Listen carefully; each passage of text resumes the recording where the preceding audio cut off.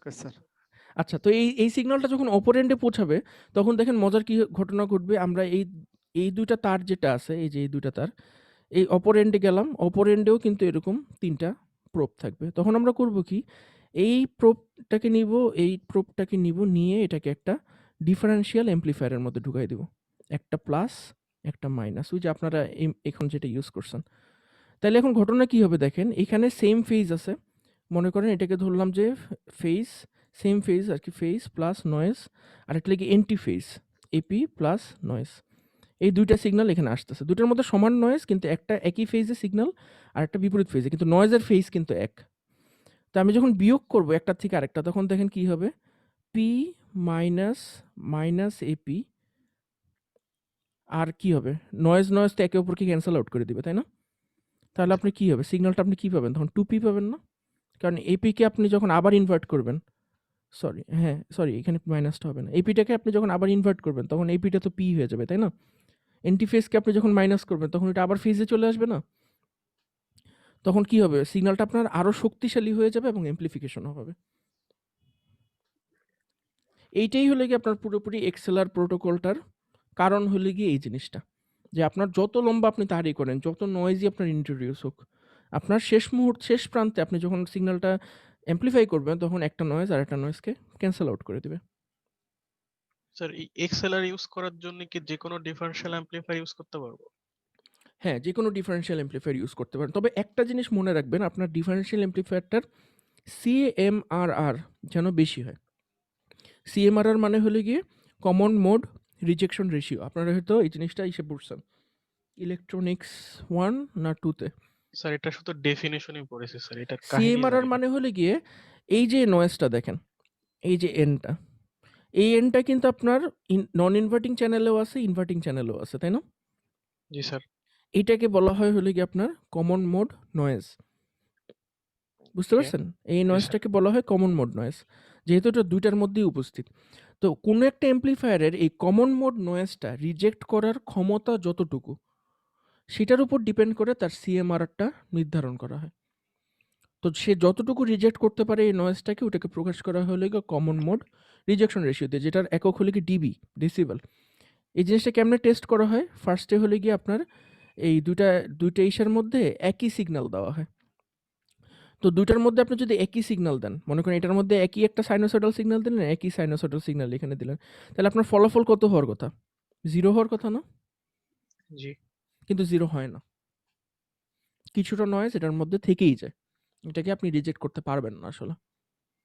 So ওই নয়েজটার উপর depend করেই ঠিক করা হয় যে এটার কমন মোড রিজেকশন রেশিও কত। আচ্ছা। আপনারা যদি কখনো বায়োমেডিক্যাল ইঞ্জিনিয়ারিং পড়েন, আপনারা এই ল্যাবে এটা এক্সপেরিমেন্ট করবেন যে কমন মোড রিজেকশন রেশিও কেমনে করা হয়। হোপফুলি আমি যদি গ্রিনে থাকি আর যদি কখনো ল্যাব খুলে আবার, তাহলে হয়তো কখনো আমরা বায়োমেডিক্যাল ল্যাবে এটা করতে পারবো। সো ওই ইনশাআল্লাহ স্যার। সিএমআরআরটা আপনারা চেক করে নেবেন। যেইটাই ইউজ করেন সেটার সিএমআরআরটা চেক করে নেবেন যে এটা কি যথেষ্ট হাই নাকি। সো বাজারে অনেক ভালো আপনার অডিও ইন্সট্রুমেন্টেশন অ্যাম্প্লিফায়ার আছে। যেমন আমার মাথায় এখন যেটা আসতেছে এটা হলো গিয়ে খুব সম্ভবত এটার নাম AD622। দাঁড়ান একটু সার্চ করে দেখি। এটা হলো গিয়ে আপনার AD622। হ্যাঁ, AD622 এটা লো কস্ট ইন্সট্রুমেন্টেশন অ্যাম্প্লিফায়ার। এটা আপনার পাটুয়াটুলিতে কিনতে পাওয়া যায়। এটার দাম খুবই কম। ৳৬০ ৳৭০ হলেই পাওয়া যায়। সো আপনার AD622 ইউজ করতে পারেন। এর থেকেও ভালো অনেক আছে। যেহেতু আপনারা প্রোটিয়াসে করতেছেন। অনেক ভালো আছে। আমার এটা জাস্ট মাথায় এটার নাম মনে আছে। আরেকটা আছে টেক্সাস ইন্সট্রুমেন্টের, ওইটা হলো গিয়ে এলএম এলএম কি জানি একটা, দাঁড়ান আমি একটু বলি।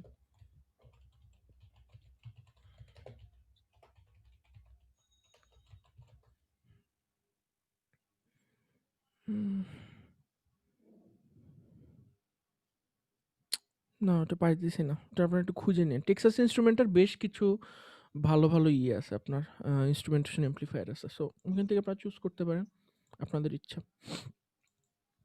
So, এমনিতে আপনাদের প্রজেক্ট মনে হয় খুব ভালো আগাচ্ছে, কিন্তু আপনারা এই জিনিসগুলো একটু ইমপ্রুভ করেন। যে জি স্যার, কেবল ইনশাআল্লাহ। লেন্থের উপর আপনার যদি নয়েজ ডিপেন্ড করে, জেনারেলি আপনার 20 ফিটের নিচে এই জিনিসটা ম্যাটার করে না। আমার জানা মতে 20 ফিটের নিচে ম্যাটার করে না, কিন্তু তারপরেও। আর কোনো আপডেট আছে? আরেকটা বললাম যে আরেকটা কি জানি ডিফারেন্স আছে। না স্যার, এইটাই স্যার ডিফারেন্স, মানে এই আউটপুটটা আর কি সমস্যা হচ্ছিল আমার। আচ্ছা, আচ্ছা। আপনারা তো অনেক দূর আগায় গেছেন। মানে মোটামুটি মেইন জিনিসগুলো তো ফিগার আউট করে ফেলেছেন। আমি সিওর যে এই জিনিসটা এখন কোনো একটা মানে ইসের সঙ্গে লাগাইলে, মাইক্রোফোনের সঙ্গে লাগাইলে আপনি কম্পিউটার পর্যন্ত সিগন্যাল নিতে পারবেন। Hopefully sir. স্যার যা করেছে স্যার ওই গুগল এবং ইউটিউব ঘেটেই স্যার। হ্যাঁ, অনেক কিছু আছে। আপনার সবচেয়ে মজার ব্যাপার কি, আপনার কম্পিউটার বা ফোনের আপনার যে 3.5 মিলিমিটার যে হেডফোন জ্যাকটা, এটার ইনপুট কিন্তু অ্যানালগ, ঠিক আছে? এটা কিন্তু একটা অ্যানালগ পোর্ট। সো আপনি কিন্তু চাইলে এই জিনিসটা বাসায় বানায়ে নিজেই কিন্তু কম্পিউটারে আপনার যে অ্যানালগ পোর্টটা আছে ওটার মধ্যে লাগায় জিনিসটা কিন্তু টেস্ট করতে পারেন। ওকে। এটার জন্য আপনার জাস্ট সিম্পলি যেটা লাগবে, একটা টিআরএস কিনা লাগবে, টিআরএস প্লাগ কিনা লাগবে। আপনি ওই টিআরএস প্লাগের মধ্যে আপনার ওই প্লাস আর মাইনাসটা কানেক্ট করে কম্পিউটারের মধ্যে দিয়ে দিলে আপনি সিগন্যালটা কম্পিউটারে নিতে পারবেন। এরকম মানে টু ইনপুটের মানে যেকোনো 2 ইনপুট না, অ্যাকচুয়ালি 3-4 ইনপুটও কিন্তু এরকম কম্পিউটারের মধ্যে অ্যানালগ পোর্ট দিয়ে নেওয়া যায়। কারণ আপনার স্টেরিওর মধ্যে আপনার ২ টা থাকে, বাম কানের জন্য একটা, ডান কানের জন্য একটা, মাইক্রোফোনের জন্য একটা। কম্বো জ্যাক যেগুলি, ওই ল্যাপটপ বা মোবাইলে যেগুলি থাকে, ওগুলোর মধ্যে কিন্তু ৩ টা ডিফারেন্ট ইনপুট আপনি একটা পোর্ট দিয়ে নিতে পারবেন। ওই টিআরএস বা টিআরআরএস। সো আপনারা কেউ যদি ইচ্ছা করে যে বাসায় এই জিনিসটাকে আপনারা ট্রাই করে দেখবেন, আপনারা কিন্তু সহজেই এই এমপ্লিফায়ারটা ট্রাই করে দেখতে পারেন। বানানোর পরে আরকি, অবশ্যই বানানোর পরে। জি স্যার। এমনিতে কি আর অন্য কারো কোনো সমস্যা হচ্ছে প্রজেক্টটা বুঝতে, বা এখনো স্টার্ট করেন নাই, ভয় লাগতেছে?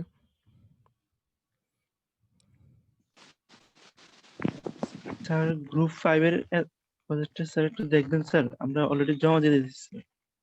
ইসে ক্লাসরুমে জমা দিছেন? জি স্যার। আচ্ছা, দেখি চলেন।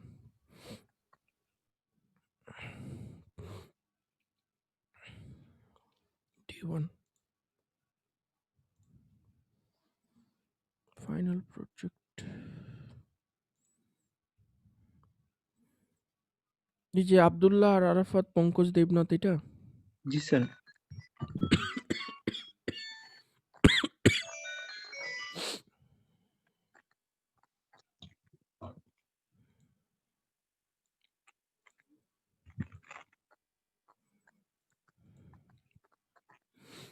চলুন দেখি। এটা কি ইউজ করছেন? LM386? জি স্যার 3। ও যেটাতে আপনি অন্য একটা গ্রুপ বলছিল যে সমস্যা হচ্ছে, এটা? স্যার আপনাকে স্যার এটা মেলে পাঠাইছিলাম স্যার, ওই যে আমি আমি আপনাকে যে জানতে চাইছিলাম, ক্যাপাসিটরের ফিল্টারের ইগুলো জানতে চাইছিলাম, স্পেসিফিকেশন। জি স্যার। আপনি কত ফ্রিকোয়েন্সির জন্য ডিজাইন করছিলেন? স্যার 3.38 কিলো হার্টজ আউটপুট, এটা স্যার 3.38 কিলো হার্টজ। আপনি এটা কি মানে low pass high pass use করছেন না ব্যান্ড পাস ইউজ করছেন? স্যার অলরেডি স্যার ইউটিউব থেকে নেওয়া স্যার, এটা স্যার তো টেস্ট ভালো বুঝি করছেন? না স্যার।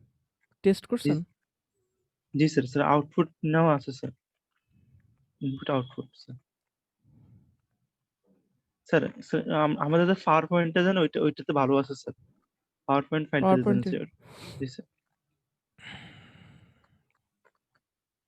আচ্ছা, তো সিগন্যালটা আসলে এখানে দেখতে পারতেছি না। এখন আছে স্যার। সিগন্যালটা মানে এত ঘন, মাপতে পারতেছি না আর কি।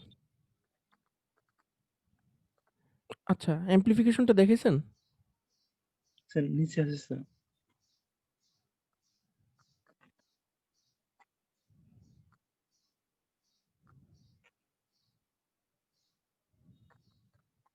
এগুলো কি বুঝে লিখছেন না জাস্ট কপি করে দিয়েছেন? স্যার ইন্টারনেট থেকে নেওয়া স্যার। আচ্ছা আচ্ছা, আউটপুট আপনার আসছে হলে গিয়ে -3 থেকে +3 ভোল্টেজ স্যার। লেভেল।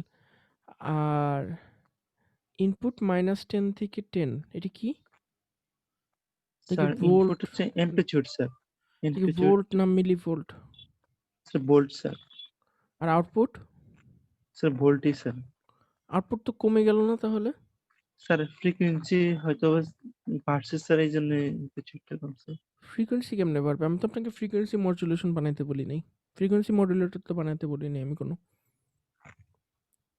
আপনার তো এমপ্লিফিকেশন হয়নি কোনো, হয়েছে?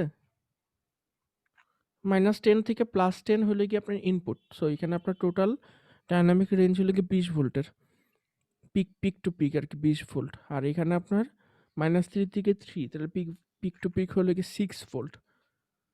তাহলে আপনার তো হয়নি, অ্যাটেনুয়েটর হয়ে গেছে, অ্যাম্প্লিফায়ার হয় নাই। আমার কথাটা বুঝতে পারছেন? জি স্যার। আপনি কোন ফ্রিকোয়েন্সি দিছেন বলেন তো? ইনপুট সিগন্যালের ফ্রিকোয়েন্সি কত? Frequency 50 hertz. 50 হার্টজ। আর আপনি যে ফিল্টারগুলো ডিজাইন করছেন এই ফিল্টারগুলো কত ফ্রিকোয়েন্সির? স্যার ফিল্টারগুলো 3.38 কিলো হার্টজ। এটা কি লো পাস না হাই পাস? স্যার এটা বলতে পারি না স্যার। তা আপনার মনে করেন আপনি একটা হাই পাস ইউজ করছেন, 3.385 এর হাই পাস ফিল্টার ইউজ করছেন। আপনি ইনপুট দিয়েছেন হলে কি 50 হার্টজ। 50 হার্টজ কি ওই ফিল্টারের ভিতর দিয়ে যেতে পারবে? হাই পাস ফিল্টার মানে হলে কি এই কাট অফ ফ্রিকোয়েন্সির থেকে হায়ার ফ্রিকোয়েন্সিকে পাস করতে দিবে, লোয়ার ফ্রিকোয়েন্সিকে পাস করতে দিবে না। এখানে আপনি যদি কোনো একটা ভাবে একটা হাই পাস ফিল্টার বানায় থাকেন, সেটার মধ্যে আপনি 50 হার্টজ দিয়েছেন, তাহলে তো এই জিনিসটা অ্যাটেনুয়েট করবে উল্টো আরো। স্যার তাহলে কি আরো আপনি বেশি 50 হার্টজ? হার্টজ কেন দিলেন? এত ফ্রিকোয়েন্সি থাকতে 50 হার্টজে কেন দিলেন? আমাদের গলার আওয়াজ মানে যে ভোকাল রেঞ্জের মধ্যে তো 50 হার্টজ নাই। আমরা কি 50 হার্টজে কথা বলতে পারি? না স্যার। 50 হার্টজে তো স্পিকারের যে ধুম ধুম শব্দ শুনেন, ওগুলো হলো গিয়ে 50 হার্টজ বা 50 হার্টজের একটু উপরে। ওগুলো তো আমরা মুখ দিয়ে তৈরি করতে পারি না। সো আপনার একটা মাইক্রোফোনের সাউন্ড আপনি 50 হার্টজ দিয়ে কেন চেক করলেন?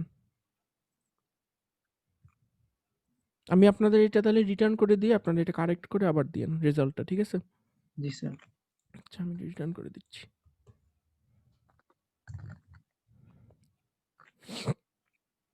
আমি বাকিদেরটাও রিটার্ন করে দিব না, ঠিক আছে? আপনার এই মানে 50 ইয়ার্স আপনার যদি 3.385 হয় বা 85 যেটাই হোক, ওটা আপনি দেখবেন যে এটা কি হাই পাস ফিল্টার নাকি লো পাস ফিল্টার। যদি হাই পাস লো পাস যে কোনো একটা হয়, সেটা অনুযায়ী আপনি ডিসাইড করবেন যে আপনি কোন ফ্রিকোয়েন্সিটা দিবেন। স্যার কারণ আমার যেটা ফ্রিকোয়েন্সি দেখে মনে হচ্ছে এটা অ্যাটেনুয়েট হয়ে যাচ্ছে। ফ্রিকোয়েন্সি কি আরো কমাতে হবে না বাড়াতে হবে স্যার? আপনি এখন নিজেই বুঝেন। এটার জন্য তো আপনাকে ফার্স্টে জানতে হবে যে হাই পাস ফিল্টারকে হাই পাস কেন বলে বা লো পাস ফিল্টারকে লো পাস কেন বলে, নামের মধ্যেই আছে। তো ওইটা ডিসাইড করে তারপরে আপনি বুঝতে পারবেন যে আপনাকে কোন ফ্রিকোয়েন্সি দিতে হবে। আগে জানেন যে আপনি কি হাই পাস বানাইছেন নাকি লো পাস বানাইছেন। এটা তো ভালো একটা অপরচুনিটি, আপনার ফিল্টার সম্পর্কে নলেজ ক্লিয়ার হয়ে যাবে। আচ্ছা চলেন আজকের ল্যাব রিপোর্টগুলো দেখি। অনেক দেরি হয়ে গেছে। ল্যাব রিপোর্টের মধ্যে আজকে কোন ল্যাব রিপোর্টটা ছিল আপনাদের? 5 স্যার 5 নাম্বারটা। 5 তাই না? আজকে ল্যাব রিপোর্টটা অনেক সহজ ছিল। স্যার একটু গোজামেলাও ছিল স্যার। কি গোঁজামিল ছিল? স্যার লাইক হচ্ছে স্যার ওই যে বিজিটির একটু সমস্যা হচ্ছিল। স্যার তাই? আমি যে কাজটা করছি স্যার হচ্ছে বিজিটিতে হচ্ছে 7.5 ফিক্সড, কিন্তু এই হুম। যে আরেকটা যেটা দিয়েছিলেন ওইটা আর কি ভ্যারিয়েন্ট রাখছি স্যার। উম, আরেকটা কোনটা? মানে 15 জি ভোল্ট? জি স্যার 15 ভোল্টকে আমরা 18 ভোল্ট করছি স্যার। 15 ভোল্টে স্যার হচ্ছে 7.5 কোনোভাবে আসতেছিল না স্যার ভিসি 18 ভোল্ট করলে তো আপনাকে 9 করতে হবে। 9। হাফ, কিউ পয়েন্ট হাফে রাখি না আমরা? আপনি যদি এখানে 18 করেন, এখানে 9 আসতে হবে তো। তাই নাকি? তাই না? মানে আমরা কিউ পয়েন্ট দিয়ে কি বুঝি? যে আমরা টোটাল ডায়নামিক রেঞ্জটার মাঝামাঝি জায়গাতে আমরা অপারেট করাইতেছি অ্যাম্প্লিফায়ারটাকে। কারণ কি? যাতে আমরা ডায়নামিক রেঞ্জটাকে ম্যাক্সিমাম ইউজ করতে পারি। তা আপনি যদি এখানে 18 নিলেন আর এখানে 7.5 এ দিলেন, তো এখন 18 ভোল্টের ডায়নামিক রেঞ্জের মধ্যে আপনার অ্যাম্প্লিফায়ারটা কাজ করতেছে 7.5 এ। তাহলে আপনি মনে করেন একটা সিগন্যাল দেখতে চান যেটা হলো গিয়ে যেটার পিক টু পিক হলো গিয়ে 18 ভোল্ট। এমন একটা সিগন্যাল আপনি দেখতে চান যেটার পিক টু পিক 18 ভোল্ট। এখন আপনার 0 পয়েন্টটা যদি থাকে 7.5, আপনি কি 18 ভোল্ট পুরোটা দেখতে পারবেন? না স্যার। আপনার নিচের অংশটুকু কেটে যাবে না? জি স্যার। তো এই জিনিসটা করাইটা তো পুরোটার এক্সারসাইজ। মানে কিউ পয়েন্টটা সেট করার এক্সারসাইজই তো এটা, এজন্য যে কেন আমরা 50% এ সেট করি এবং এই 50% এ কোন সার্কিটের কনফিগারেশনটা সবচেয়ে মানে স্টেবল। আপনি অ্যাম্প্লিফায়ার বিজিটা চেঞ্জ করে ফেললেও আপনার ভোল্টেজটা ফ্লাকচুয়েট করবে না। এটি দেখার তো পুরোটার এক্সারসাইজ ছিল। আচ্ছা যাই হোক, আমি দেখি। এটা তো আপনাদের না। মেহেদী হাসান কি আপনাদের গ্রুপে? না স্যার, এটা গ্রুপ 2 স্যার। ঠিক আছে, দেখি মেহেদী হাসান কি করছে। তো ফার্স্ট এর কনফিগারেশনটা ছিল ফিক্সড বায়াস। ফিক্সড বায়াসে মেহেদী হাসান কি আছেন? মেহেদী হাসান বা এই গ্রুপের কেউ আছেন যে মেহেদী হাসানের সঙ্গে করছেন? আমি নাইম এখানে সরকার আছে স্যার। একটা জিনিস বুঝতেছি জি না যে স্যার 15 ভোল্ট এখানে থাকার পর এখানে 6.24 ভোল্ট কেন? এটার কি কোনো এক্সপ্লেনেশন আছে? স্যার 15 ভোল্ট দেওয়ার পর স্যার 6.24 ই আসছে স্যার। স্যার এইটাই আসছে স্যার। কিন্তু এটাকে আপনারা 7.5 এ নেন নাই? স্যার তবে স্যার এখানে আরেকটা কাজ করা যায় স্যার, এই যে এই পট যেটা ইউজ করা হয়েছে RB1, এই পটটা যদি একটু ইন্টারচেঞ্জ করে আবার এই যে RC তে এখানে যদি আরেকটা পট ইউজ করি, লাইক যদি স্যার এখানে 500 ওহম দিয়ে আছে, তো এই 500 ওহমকে যদি একটু 500 নিচে করি, 300 অ্যারাউন্ড 400 বা 300 360। না, এটা করতে পারবেন না, কারণ আমরা বিভিন্ন কনফিগারেশনে আইসিও তো কম্পেয়ার করব। বিভিন্ন কনফিগারেশনে আইসি কিরকম হয় এটাও তো আমরা কম্পেয়ার করব না? কিন্তু সেই ক্ষেত্রে স্যার এখানে 6.24 ই আসে স্যার। এখানে আপনারা পট ইউজ করছেন কেন? পট ইউজ না করে ফিক্সড রেজিস্ট্যান্স ইউজ করতেন। স্যার ভেরিয়েবল ইউজ করতে বলছি ইয়েতে, ল্যাব হ্যাঁ, কিন্তু আমরা ক্লাসে তো ফিক্সড রেজিস্ট্যান্স ইউজ করছি। ফিক্সড। জি স্যার 50 ইউজ করলে তো ডেফিনেটলি 7.5 আসবে তাহলে ওটা করেন নাই কেন? স্যার। ওটা স্যার মাচ ল্যাব ইজিয়ার ছিল দেখে না? স্যার মানে আপনাদের তো ক্লাস লাইক এটা ফলো করার কোনো দরকার নেই, কারণ আমি তো এটা ফলো করি নাই। সো আপনাদের এটা ফলো করার কি দরকার ছিল? সো এখানে আপনারা 7.5 আনতে পারেন নাই কোনো একটা কারণে। জি স্যার। কারণ আমার যেটা মনে হয় 500 কে ইজ টু মাচ। আমাদের তো 500 কে দরকার নেই, আমাদের দরকার হলে গিয়ে 100 কে নিচে। সো আপনারা এটা 500 কে ইউজ না করে 100 কে ইউজ করতেন। জি স্যার তাহলে আসতেছে। তাহলে এই জিনিসটা আপনাদের, আমি বুঝি না যে এই জিনিসটা আপনাদের মাথায় আসে না কেন? যে আমার উদ্দেশ্য হলো গিয়ে সবসময় একটা কাজ করার আগে একটা জিনিস মাথায় রাখবেন যে এই কাজটার শেষে আমার লাভ কি হবে? মানে ইংলিশে এই জিনিসটা অনেক সুন্দর করে বলে, আমি বাংলায় বলতে পারতেছি না। যে যেকোনো কাজ শুরু করার আগে always keep ending in mind. যে মানে আপনার শেষে এন্ড রেজাল্টটা কি হবে? যেমন আপনি এখন ব্যাচেলর করতেছেন। করে কি লাভ? ৪ বছর পরে আপনি কি করবেন? মানে পাসটা করে হবেটাই কি? সো সবসময় যেকোনো কাজ করবেন এন্ডিংটা মাথায় রেখে যে আমার এন্ডটা কি হবে? সো আপনি যে বিরাট বড় একটা এক্সারসাইজ করলেন, এটার এন্ডটা কি? এটার এন্ডটা হলে গিয়ে আমরা দেখতে চাই যে 7.5 এ কোন কনফিগারেশনটা সবচেয়ে বেশি স্টেবল। মানে আমি যদি ট্রানজিস্টর চেঞ্জও করে ফেলি, তারপরেও যদি এখানে ভোল্টমিটার ধরি, আমি এখানে 7.5 ই পাবো বা 7.5 এর কাছাকাছি পাবো। সেই জিনিসটাই কিন্তু আমরা পার্সেন্টেজ আকারে দেখতে চাচ্ছিলাম, তাই না? সো এই জিনিসটা কিন্তু এখন আর হবে না। কেন হবে না? কারণ আপনি এই জায়গায় 7.5 আনার জন্য এখানে আপনি 18 ভোল্ট চেঞ্জ করে ফেলছেন। এখন তারপরে কি করছেন? ট্রানজিস্টর চেঞ্জ করছেন। প্রথমে 2222 ছিল, এরপর আরেকটা ট্রানজিস্টর ছিল, তাই না? 3904, 3904 যেটাতে আপনাকে বলছিল যে কোনো কিছুর মধ্যে হাত দিবা না। কোনো কিছুর মধ্যে হাত না দিয়ে শুধু ট্রানজিস্টরটা চেঞ্জ করে দিবে। এরকমই একটা কথা বলা ছিল মনে হয়। আপনারা কি কোনো কিছুর মধ্যে হাত দিছিলেন আর? না স্যার, তারপরে যা আছে তাই। মানে পটেও তো আর হাত দেন নাই, তাই না? না স্যার। শুধুমাত্র ট্রানজিস্টরটাকে সরায় আরেকটা ট্রানজিস্টর বসাইছেন। জি স্যার। ঠিক আছে, আমাদের এই মানে ফ্লড এক্সপেরিমেন্টেও তারপর আমরা দেখি যে কোনটা বেশি স্টেবল। দেখেন এটা এখানে 7.51 ছিল, এটা তখন কমে আসছে 6.72 চলে আসছে। তার মানে এখানে একটা পার্সেন্টেজ ডিফারেন্স হবে, তাই না? 5.485% ডিফারেন্স আছে। তারপরেরগুলো তো আপনারা তো 18 ভোল্টই রাখছেন। জি স্যার। ঠিক আছে, তারপরেও আমরা এই ফ্লড এক্সপেরিমেন্টেও আমরা জিনিসটা অবজার্ভ করতে পারবো আমি আশা করি। সো এখানে 18 ভোল্ট, এটা ছিল হলো গিয়ে ডিফারেন্ট একটা কনফিগারেশন। এটা হলো কি ইমিটারে আমরা একটা রেজিস্ট্যান্স বসাইছি। বসানোর পরে এখানে আপনি দিয়েছেন 7.55 এখানে রাখছেন।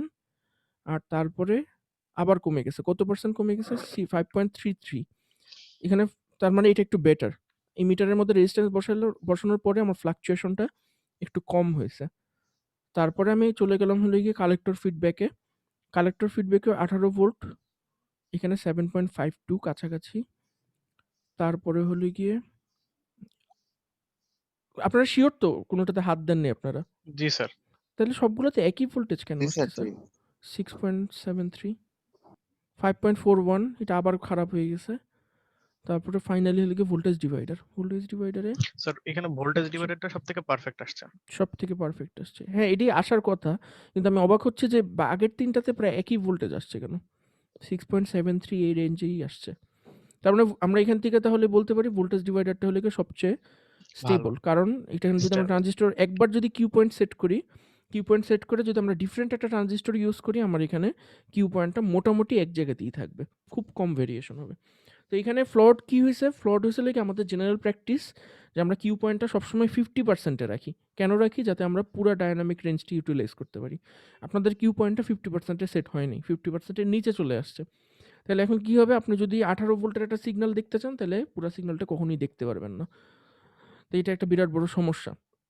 তো জি এই স্যার। পুরো জিনিসটা লজিক আপনারা বুঝতে পারেননি, মানে যেখান থেকে আমি বুঝতে পারলাম যে পুরো জিনিসটা লজিক বুঝতে পারেন না যে কেন আমরা এক্সারসাইজটা করলাম।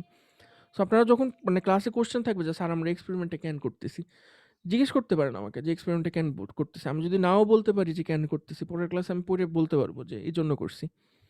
কিন্তু এই জিনিসগুলো শেখার কিন্তু একটা উদ্দেশ্য আছে, মানে এত যে কষ্ট করতেছেন এটা শেখার একটা উদ্দেশ্য আছে। আরেকটা গ্রুপ দেখি, তৌফিক ইমাম সৌরভ, কত নম্বর গ্রুপের? Sir 5। Group 5 sir. Group 5, group 5 কি করছে? সব ফাঁকা কেন? ও আচ্ছা, পরে আছে।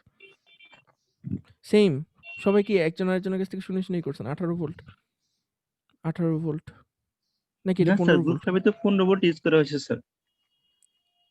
সরি, আমার দেখি 18 মনে হয়েছিল। এখানে 15 এবং এখানে 7.61। স্যার 61 না স্যার 51 স্যার। এটা 61 না? এটা 6-1। এটা হলে কি 61? তারপর ট্রানজিস্টর চেঞ্জ করেননি? 2222 ইউজ করেননি? স্যার করছি স্যার। কোথায়? ফিগার দেওয়া হয়নি স্যার, ও, কিন্তু ফিগার দেওয়া ডাটা হয়নি। দেওয়া হয়েছে স্যার। আচ্ছা, আপনার এখানে কি হয়েছে? 7.5 আর এটা হয়ে গেছে 7.61। বেড়ে গেছে, বেড়ে গেছে। এখানে যে আপনি 7.61 আনছেন, এটা আনার জন্য কি আপনি পটটা চেঞ্জ করছেন, মানে রেজিস্ট্যান্সের ভ্যালু চেঞ্জ করছেন? না স্যার, স্যার কোনো কিছু রেজিস্ট্যান্সের ভ্যালু চেঞ্জ করে না, শুধু স্যার ট্রানজিস্টরটা বদলাইছেন, ট্রানজিস্টরটা। জি স্যার। তারপর আপনার ভোল্টেজ বেড়ে গেছে। আচ্ছা, তারপরে এটা কি আসে নাই কিছু, মানে কি রান করেননি? এর- এটাতেও বেড়ে গেছে 1.6%। তারপরেরটাতেও বেড়ে গেছে 2.8%। ভোল্টেজ ডিভাইডার আসছে সবচেয়ে খারাপ আপনাদের, কি ব্যাপার? এক্সপেরিমেন্টটা তো মানে আমারই করে দেখতে হবে আবার। দুইটা গ্রুপের সম্পূর্ণ different result.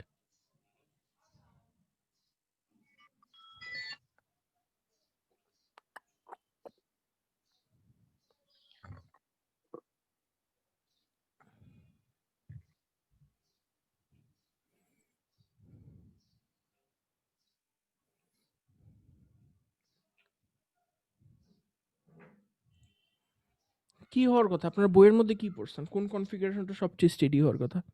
Sir voltage divider. তা 5 নম্বর গ্রুপের রেজাল্ট এরকম আসলো কিভাবে?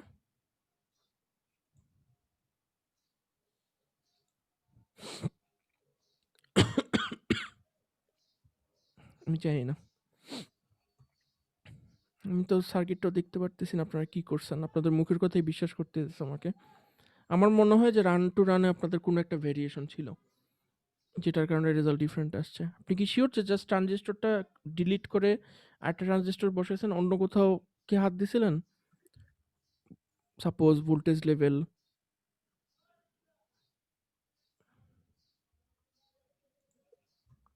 আরাফাত। জি স্যার। আছেন? আপনি কি অন্য কোথাও হাত দিয়েছিলেন? ভোল্টেজ লেভেল বা অন্য কোথাও স্যার হাত দিয়েছিলেন? স্যার আরসিটা একটু চেঞ্জ করছি স্যার। এই জন্য তো তাহলে তো চেঞ্জ হবেই। কেন আরসি চেঞ্জ করছেন? স্যার ওই যে স্যার প্রথমটা স্যার 15 ভোল্ট ইউজ করলে স্যার বিসিই ওইখানে 15 ভোল্ট নিয়ে নেয় স্যার, এই হুম, কারণে।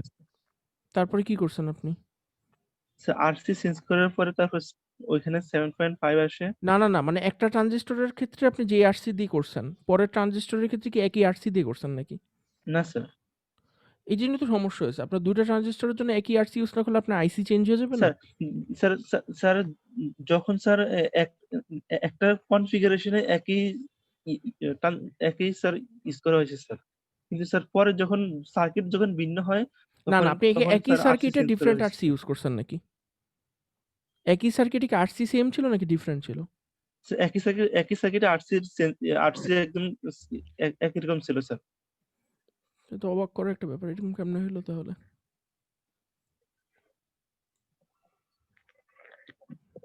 এরকম তো হওয়ার কথা না। মানে অন্য গ্রুপেরটা যেটা আসছে ওইটা আমি মানে ফ্লড হইলেও ওটা মানে আমার আমার আমি যেরকম জানি সেরকম রেজাল্ট আসছে। কিন্তু আপনাদেরটা তো দেখা যাইতেছে রেজাল্ট একরকম আসে নাই। এরকম তো রেজাল্ট আসার কথা না। আচ্ছা, যাই হোক, আমি জানি না ঠিক এটা, আপনারা একটু ইনভেস্টিগেট করে দেখেন আপনি কি সমস্যা করছেন। আমি আসলে আপনার রিপোর্ট দেখে বুঝতে পারতেছি না সমস্যাটা কোথায় হইছে। আজকে যে সার্কিটটা আমরা দেখব সেটা হলো গিয়ে কমন ইমিটার অ্যাম্প্লিফায়ার। এই জিনিসটা আপনারা ইসে পড়ছেন, ইলেকট্রনিক্সে পড়ছেন? Common emitter amplifier? Common emitter অ্যাম্প্লিফায়ারের কেউ জি গেইনের স্যার, সূত্র, মোটামুটি গেইনের সূত্রটা পড়া হয়েছে। জানেন? কমন ইমিটার অ্যাম্প্লিফায়ারের গেইনের সূত্র? বেস স্যার কারেন্ট আজকে তো আর আরো একটা কালেক্টর কারেন্টের মধ্যে। স্যার আজকে তো আরো একটা ইয়ে ছিল স্যার, এক্সপেরিমেন্ট 9 স্যার। এক্সপেরিমেন্ট 9টা আজকে দেখব না, সময় নেই। ওটা আমি নিজে দেখে নাম্বার বসাই দিব। এক্সপেরিমেন্ট 9 কোনটা ওটা ছিল তো আপনাদের? ওই যে ইসের সার্কিটটা ছিল না, কম্পারেটরের? ওটা তো স্যার নেক্সট উইকে ছিল স্যার, সাবমিটেড স্যার। নেক্সট উইকে তো ছিল হলে কি আপনার ইসের অ্যাম্প্লিফায়ারের, ইনভার্টিং আর স্যার নন ইনভার্টিং অ্যাম্প্লিফায়ারের। 9 নাম্বারটা 20 তারিখে দেওয়া ছিল। হ্যাঁ, আর 8 নম্বরটা তো আপনারা গত উইকে দিয়ে দিয়েছেন। জি হ্যাঁ, তাহলে তো আজকে আর থাকার কথা না, আজকে আর থাকার স্যার কথা ওইটা না। স্যার করছি স্যার, ওইটা। করেও ফেলছেন আপনি? আচ্ছা ঠিক আছে, নেক্সট উইকে যখন রিভিউ করবো তখন করবো না। আচ্ছা, সো ওই আজকে কমন মোড ইমিটারের যেই জিনিসটা আপনাদের জানা লাগবে, যে কমন মোড ইমিটারের আপনার গেইনটার সূত্রটা আমরা যেটা জানি, যে কালেক্টরের কারেন্ট সবসময় বেস কারেন্টের সঙ্গে রিলেটেড থাকে, এবং কালেক্টরের কারেন্ট এবং বেস কারেন্টের মধ্যে সম্পর্ক হলে গিয়ে আইসি সমান সমান বেটা আইবি। এই জিনিসটা হয়তো আপনারা আগে অনেকবার পড়ছেন। তো ওই প্রিন্সিপালটা ইউজ করি আমরা একটা কমন এমিটার অ্যাম্প্লিফায়ারের সার্কিট আজকে বানাবো এবং দেখব যে কীভাবে এখানে গেইনটা কাজ করে। তো এটা করার জন্য আমাদেরকে বেশ কয়েকটা টেবিল পূরণ করতে হবে। তো এখানে আজকে বেশি ডেটা একটু বেশি, কারণ আমাদেরকে খুব বড় একটা টেবিল ফিল আপ করতে হবে। ওটা হলো ফ্রিকোয়েন্সি রেসপন্স।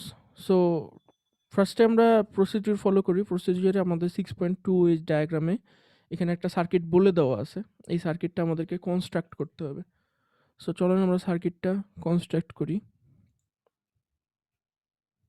দাঁড়ান, আমি একটু নতুন একটা প্রজেক্ট খুলে নিই, নিউ প্রজেক্ট।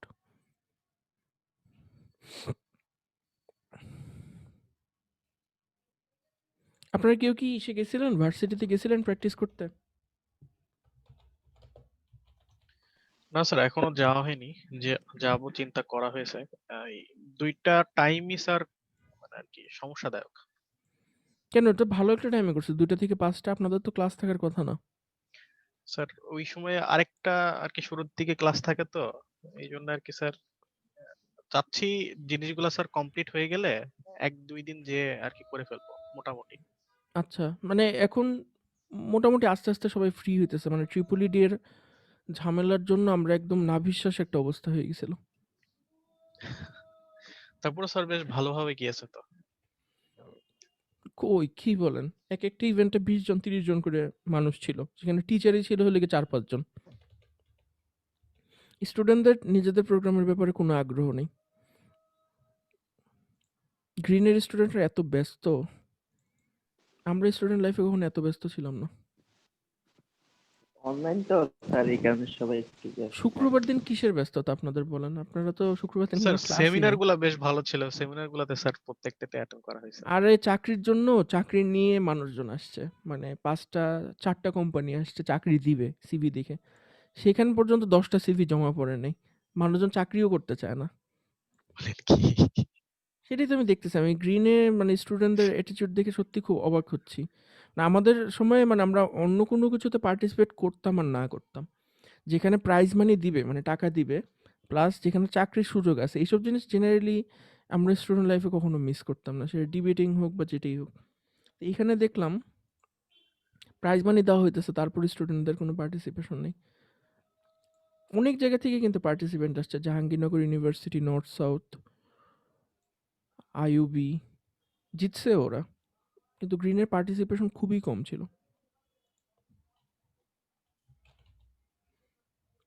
আপনাদের কি এগুলো করতে ভাল লাগে না, না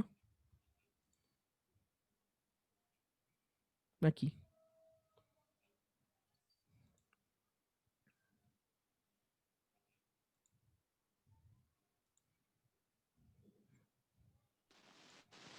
আমাদের আসনুল্লাহ স্যাররা অনেক রিজিড ছিল, এরা মানে অনেক মানে রাগী টাইপের ছিল, প্রোগ্রাম পছন্দ করতো না। তো তো এর মধ্যেও আমরা মানে অনেক কষ্ট করে প্রোগ্রাম তুলতাম বকা-টকা খেয়ে। স্যার আর ওই এখানে জন্যই করতেন স্যার। এখানে তো আমাদের চেয়ারম্যান স্যার প্র্যাকটিক্যালি নিজেই স্টুডেন্টদের থেকে বেশি উৎসাহী। জি স্যার, চেয়ারম্যান স্যার যথেষ্ট পরিমাণ উৎসাহী মানুষ। এইজন্যই মানে স্টুডেন্টরা আর উৎসাহ খুঁজে পায় না। আমাদের উৎসাহ বেশি দেখে নাকি? হতে পারে স্যার। তাছাড়াও আরেকটা সমস্যা আছে স্যার। স্যার এখানে হচ্ছে ওই বড় ভাইদের আর হচ্ছে আমাদের সাথে একটা বেশ গ্যাপ আছে স্যার। কমিউনিকেশন হ্যাঁ, গ্যাপ আছে। কিন্তু টিচাররা তো অনেক ফ্রেন্ডলি। টিচাররা তো এক ধরনের বড় ভাই। আমরা আপনাদের থেকে কয় বছরেরই বড় আর। এরকম ভাবলেই তো হয়।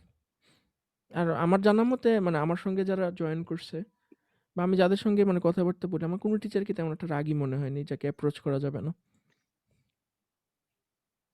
তারপরে তো স্যার শিক্ষক তো শিক্ষকই স্যার। না, এরকম ভাবার কোনো কারণ নেই। যতক্ষণ না আপনি ওই টিচারের আন্ডারে কাজ করতেছেন, ততক্ষণ পর্যন্ত টিচারকে ভয় পাওয়ার কোনো কারণ নেই। জি স্যার। আচ্ছা। এই সার্কিটটার রেশনালটা আপনারা একটু পড়বেন, ঠিক আছে? এই সার্কিটটার রেশনালটা এখানে ঠিকমতো এক্সপ্লেইন করা নেই। তবে এটা আমি দেখে যেটা বুঝতে পারতেছি যে এখানে বেশ কয়েকটা এলিমেন্ট আছে, ডিসি ব্লকিং এলিমেন্ট আছে। মানে সার্কিটটা ডিজাইন করা হয়েছে সোললি আপনার এসিকে এমপ্লিফাই করার জন্য। সো আপনার সার্কিটের মধ্যে যদি কোনো একটা ডিসি কম্পোনেন্ট থাকে, তখন সার্কিটটা করবে কি ওটাকে ব্লক করবে ক্যাপাসিটরটা দিয়ে। তো ডিসি ব্লকিং চ্যানেল কোনগুলা এই জিনিসটা আপনারা একটু ভালো করে ইনপুট এবং আউটপুটের মধ্যে সম্পর্ক দেখে বুঝবেন। ইন ইন ইন জেনারেল আমরা যখন ল্যাবের মধ্যে ইউজ করি, আপনার ব্রেডবোর্ড ইউজ করি। আপনারা একটা জিনিস খেয়াল করবেন কি যে ব্রেডবোর্ডের মানে আমরা একটা চ্যানেল দেখবেন যে উপরের যে রেইলটা আছে, পজিটিভ এবং নেগেটিভ রেইল থাকে ব্রেডবোর্ডের মধ্যে। আপনারা কি খেয়াল করছেন কখনো এই জিনিসটা? জি স্যার। একটা নীল রঙের লাইন আর একটা লাল রঙের লাইন, একদম উপরে সিরিয়াল যে লাইনগুলো থাকে। ওটার মধ্যে আমরা করি কি যে ট্রেইনার বোর্ড বা ডিসি পাওয়ার সোর্স থেকে আগের থেকেই একটার মধ্যে পজিটিভ এবং আরেকটার মধ্যে নেগেটিভ এনে কানেক্ট করে রাখি। তারপর যেখানে প্রয়োজন ওখান থেকে সাপ্লাই দিই। আমি জানি না আপনারা এমনটা করেন নাকি? মানে জি স্যার, এমনিতে এমনটাই করি যখন স্যার। অনেক বড় প্রজেক্ট আপনি করবেন একটা বোর্ডে, তখন দেখা যায় কি বারবার আপনি যদি তার টানতে চান, তখন অনেক জঞ্জাল হয়ে যায় একটা। এজন্য আমরা করি কি রেলের মধ্যেই আগে পাওয়ারটা এনে রাখি। তারপর যখন যেখানে প্রয়োজন ওখান থেকে নিয়ে নিই। এখন সমস্যাটা কি হয় যে আপনার ওই রেলগুলোর মধ্যে কিন্তু কিছু থাকে আপনার মানে শর্ট সার্কিট বলেন এক ধরনের মানে আবেশ থাকে আরকি। যে একটার থেকে আরেকটাতে আপনি ভোল্টেজ পান। ওখানেও যদি আপনি একটা ভোল্টমিটার বসায়ে যদি ভোল্টেজটা মাপেন, দেখবেন যে পজিটিভ চ্যানেল এবং নেগেটিভ চ্যানেলের মাঝখানে একটা লিকেজ ভোল্টেজ থাকে। যেটার কারণে আপনার ওই 0 যে চ্যানেলটা মানে যেটা গ্রাউন্ড হওয়ার কথা, আইডিয়ালি গ্রাউন্ড হওয়ার কথা, ওইটা কক্ষনো পুরোপুরি গ্রাউন্ড হয় না। পুরোপুরি 0 হয় না। আপনার একটা ভোল্টমিটার দিয়ে ওই 0 চ্যানেলের ভোল্টেজটা আপনি যদি অন্য কোনো একটা গ্রাউন্ডের সাপেক্ষে মেপে দেখেন, দেখবেন যে ওটার ভোল্টেজ 0 না। 0 এর থেকে বেশি সাম মিলিভোল্টস অথবা এরকম। তো এটাতে সমস্যা কি হয়? আপনি যখন কোনো একটা amplification এ নিবেন, কোনো একটা জায়গায় রেফারেন্স যখন আপনার 0 হওয়া প্রয়োজন হবে, তখন কিন্তু আপনি রেফারেন্সটা আর 0 পাবেন না। রেফারেন্সটা আপনি একটা সামথিং মিলিভোল্ট পাবেন। সো আপনার amplification হ্যান-ত্যান সবকিছু হবে হলো গিয়ে আপনার একটা নন জিরো ভোল্টেজের সাপেক্ষে। এটাতে আপনার প্রবলেমটা কি হবে? প্রবলেমটা হবে হলো গিয়ে আপনার এই যেখানে আপনার রেফারেন্স পাওয়ার কথা, রেফারেন্স থেকে বিয়োগ করার কথা, ওই থেকে না করে আপনি একটা নন জিরো ভ্যালু থেকে বিয়োগ করতেছেন। তো আপনার রেজাল্টটা অ্যাকুরেট আসবে না। তো এটা এড়ানোর জন্য আমরা কি করি? আমরা পজিটিভ আর নেগেটিভ চ্যানেলের মাঝখানে একটা লাগাই দিই। ক্যাপাসিটর লাগাই দিই। এটা মানে সবচেয়ে সস্তা এবং বেশিরভাগ মানুষই জানে না এরকম একটা টেকনিক। তো আপনি একটা ক্যাপাসিটর যদি লাগাই দেন তাহলে আপনার ওই পজিটিভ চ্যানেল থেকে নেগেটিভ চ্যানেলে কিছুতেই ভোল্টেজটা আর আবিষ্ট হইতে পারবে না, আসতে পারবে না। ক্যাপাসিটরটার মানটা কেমন হইতে পারে? যেকোনো ধরনের? এটা আপনি বসে চেক করতে হবে। এটা ডিপেন্ড করবে আপনার ভোল্টেজ ভ্যালুর উপরে। সো আপনি জেনারেলি আইডিয়ালি তো আপনি যেকোনো ক্যাপাসিটর ইউজ করলে ওটা ডিসি কে ব্লক করবে। তাই না? তো জেনারেলি খুবই ছোট আপনি যদি 200 ন্যানো ফ্যারাড বা হাইয়েস্ট মনে করেন 1 মাইক্রোফ্যারাড হাইয়েস্ট। এরকম ইউজ করলেই আপনার জিনিসটা ব্লক হয়ে যাবে। সো এখানেও এই জিনিসটা করছে। এখানেও এরকম ক্যাপাসিটর বসে এমন একটা করছে যেন আপনার অনাকাঙ্ক্ষিত ডিসি কারণ আপনার সার্কিটে যেহেতু পুরো বায়াসিংটা ডিসিতে হচ্ছে। অবশ্যই এই ডিসির কিছুটা লিকেজ প্রভাব আপনার আউটপুটে থাকবেই। এটাকে এড়ানোর কোনো উপায় নেই। সো এটা প্রতিরোধের জন্য একটা ব্যবস্থা নেওয়া হয়েছে এখানে। আমার দেখে যেটা মনে হয়েছে। সো এই জিনিসটা আপনারা একটু জানবেন যে কোথায়। আচ্ছা। তো এই হলো গিয়ে আমাদের সার্কিট কমপ্লিট হয়ে গেল। এখন আমরা কি করব? আমরা এখন এখানে ইনপুট এবং আউটপুট ভোল্টেজ মনিটর করব। সো একটা মজার ব্যাপার কি? মজার ব্যাপারটা হলো কি আমরা যখন একটা বানাই, অ্যামপ্লিফায়ার বানাই, বিজিটি অ্যামপ্লিফায়ার। বিজিটি কিন্তু অ্যামপ্লিফিকেশন হচ্ছে কারেন্ট আমার, তাই না? কারণ আমার বিজিটির যদি আমি ইনপুট আউটপুটের সম্পর্কটা দেখি, আমি দেখব যে আইসি সমান বিটা আইবি। তার মানে আমার কালেক্টরের যে কারেন্টটা, সেই কালেক্টরের কারেন্টটা আমার বেসের কারেন্টের সামথিং একটা মাল্টিপ্লাইড রেজাল্ট আরকি, তাই না? সো আমরা এই জিনিসটাকে এখানে জাস্ট ভোল্টেজে কনভার্ট করতেছি। কেমনে করতেছি? যে আমরা কারেন্টটা আইসিটাকে স্যাম্পল করতেছি একটা রেজিস্ট্যান্সের মাধ্যমে। এই রেজিস্ট্যান্সটার অ্যাক্রসে আমরা ভোল্টেজটা দেখতেছি। তাহলে কিন্তু আমরা অ্যামপ্লিফাইড রেজাল্টটাই দেখতে পারবো। কারণ আইসিটা এখানে যত বাড়বে, ততই কিন্তু এখানে ভোল্টেজ ড্রপটাও বাড়বে। বুঝতে পারছেন সবাই? মানে আইসিটা এই জায়গা দিয়ে আসতেছে, আইসে কিন্তু এইটা দিয়েই পাস করবে গ্রাউন্ডে।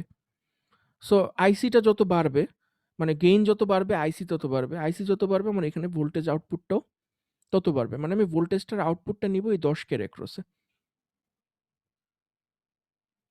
আর ইনপুটটা দিচ্ছি হলে কি যে বেসে সাইনোসয়েডাল ইনপুট দিচ্ছে একটা বেসে। এই সার্কিটটা কি সার্কিট? আমরা যে গত ক্লাসে যে কনফিগারেশনগুলো পড়ছি, 4টা কনফিগারেশন, স্যার এর ভোল্টেজ মধ্যে থেকে ডিভাইডার। ভোল্টেজ ডিভাইডার, তাই না? বলেন তো গত ক্লাসের পরেই আমরা এই ক্লাসটা কেন করতেছি? স্যার আগের কনফিগারেশন গুলো দেখে বুঝতে যে কোনটা স্টেবিলিটি বেশি। Exactly, exactly. এই যে আপনারা লজিকটা ধরতে পারতেছেন না? এটাই কিন্তু মানে পুরো ল্যাব এক্সারসাইজটার উদ্দেশ্য। যে আমরা কি করলাম? আগে আমরা জেনে নিলাম যে কোনটা ভালো। তারপরে নেক্সটে আমরা যখন একটা সার্কিট বানাবো, তাহলে আমরা ন্যাচারালি ভালোটা ইউজ করব, তাই না? সো আমরা আগের ক্লাস থেকে জেনে নিছি যে ভোল্টেজ ডিভাইডারটা আমাদের জানার মতে ভালো একটা কনফিগারেশন। সো আমরা যখন অ্যামপ্লিফায়ার ইউজ করব, আমরা যে ট্রাই করব যে এই ভোল্টেজ ডিভাইডার সার্কিটটি ইউজ করার জন্য। সো এই জন্য আগের ক্লাসের রেজাল্টটা আমাদের জন্য ইম্পর্টেন্ট ছিল। কিন্তু ওই যে একটা গ্রুপ যে রেজাল্টটা ডিফারেন্ট পাইলো, এখন তো মনের মধ্যে সন্দেহ ঢুকাই দিল আমাদের যে আসলেই কি আমরা ঠিক রেজাল্ট পাইছি, নাকি আমাদের এক্সপেরিমেন্টে কোনো ভুল হয়েছে। আচ্ছা, তো গ্রাউন্ডও করে দিলাম, সার্কিট কমপ্লিট। এখন ভিসিসি আমাদের এখানে দিতে বলছে হলে গিয়ে 15 ভোল্ট, সরি, এখানে এটা 10 কে অ্যাক্রসে দেখতে বলছে, এটা দিতে বলছে হলো গিয়ে 10 মাইক্রোফ্যারাড। আপনারা কি ইউটার মানে বুঝেন? জি স্যার, মাইক্রো। ইউ দিয়ে জেনারেলি মানে যে কোনো জায়গাতে আপনি পেপার টেপারও লেখেন, অনেক জায়গাতে আপনার মিউ ইউজ না করে ইউ ইউজ করে এখন সব জায়গাতে। ইউ হলে কি মাইক্রো, এন হলে কি ন্যানো, সরি, এইটাকে ইউজ করছে লাগে 1000 ইউ কেন ইউজ করছে? কেউ বলতে পারবেন আমাকে 1000 ইউ কেন ইউজ করছে? 1000 ইউ না লিখে এটাকে তো 1 মিলি লেখা যেত। হয়ে যায় এই জন্য। 1 মিলি লেখা যেত না? জি স্যার। আচ্ছা, আর এখানে যে কমন ইমিটার মোডে এখানে উইথ রেজিস্ট্যান্স এটা দিছে হলে কি আপনার সরি 100, আর এখানে দিছে হলে কি 1 কে, এটা দিছে হলে 10 100 কের পট। এটা ফার্স্টে 10 কেই রাখলাম, পরে পরিবর্তন করে নিব 10 কে 5 কে।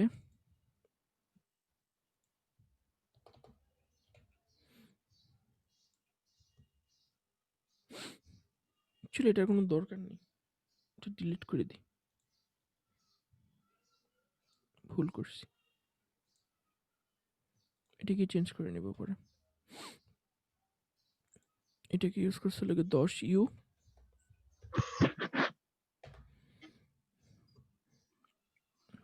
মোটামুটি কমপ্লিট। আমাদের ইনপুট কত দিতে বলছে? ইনপুট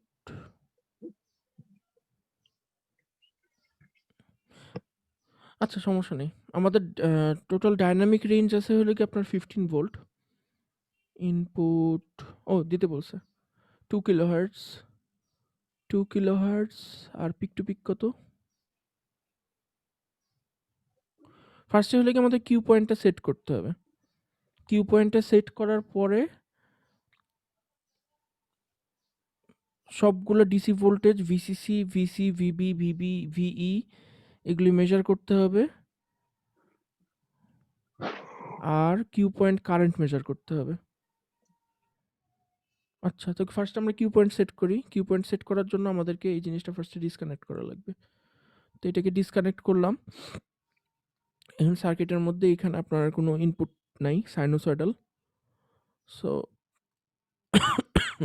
15 ভোল্ট যদি আমাদের এখানে থাকে, আমরা জাস্ট এখানে একটা ভোল্ট মিটার বসাই দিতে হলে ডিসি ভোল্ট মিটার।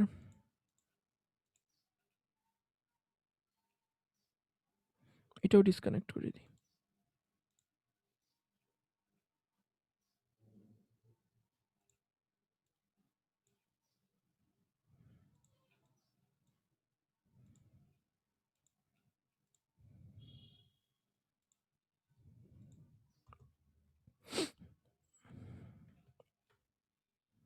রাউন্ড করি 0.45। তা আমার পটটাকে এখন ভেরি করা লাগবে। কোন পটটাকে সরাবো বলেন তো? R5, R2, R4, R1 কোন পটটাকে কমাবো বাড়াবো ডিভাইডার সার্কিটে? Sir R5। স্যার R5 কে কি R4 করব? টাকে একটু কমাইতে হবে স্যার। হ্যাঁ, R4 টাকে কমাইতে পারি। চলুন R4 টাকে কমাই। কত দিব R4 কে? 5k স্যার আছে, মানে এখানে 2 টাইমস ডিভাইড হচ্ছে। 3k বা 2k দিব। দাঁড়ান ওয়েট। আপনি কি বলেন R5 কে কমাইতে? R5 কে কমাইলে কি হবে? R5 কে কমাইলে ভোল্টেজ ডিভাইডার অনুযায়ী এখানে কি আরো বেশি ড্রপ হবে না কম ড্রপ হবে? স্যার ওখানে তো ড্রপ তখন কমে যাবে। ড্রপ কমে গেলে আমার সমস্যা না? তখন কি ডায়োড অন হইতে সুবিধা হবে না অসুবিধা হবে? অসুবিধা হবে স্যার। তা আপনি কমাইতে বললেন কেন?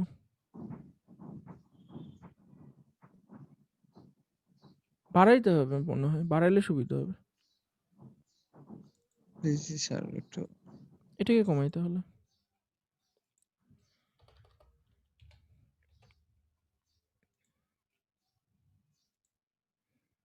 আটকে তো হচ্ছে না। 5k দিব 1 to 1।